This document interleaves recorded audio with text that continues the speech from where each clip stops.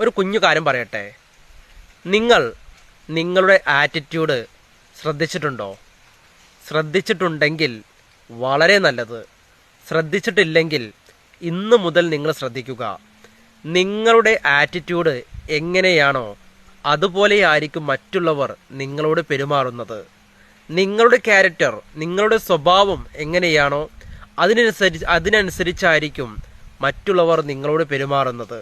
നിങ്ങൾ ഒരാളോട് നിരന്തരം അനാവശ്യമായ വാക്കുകൾ ഉപയോഗിക്കുകയാണെങ്കിൽ നിങ്ങൾ അത് കേൾക്കാൻ അർഹരാണ്. മറ്റൊരു രീതിയിൽ പറയുകയാണെങ്കിൽ, നിങ്ങൾ യാതൊരു വിധത്തിലും നെഗറ്റീവ് കാര്യങ്ങൾ ആരോടും സംസാരിക്കുന്നില്ലെങ്കിൽ നിങ്ങൾ നെഗറ്റീവ് കാര്യങ്ങൾ കേൾക്കുന്നതും കാണുന്നതും വളരെയധികം കുറവായിരിക്കും.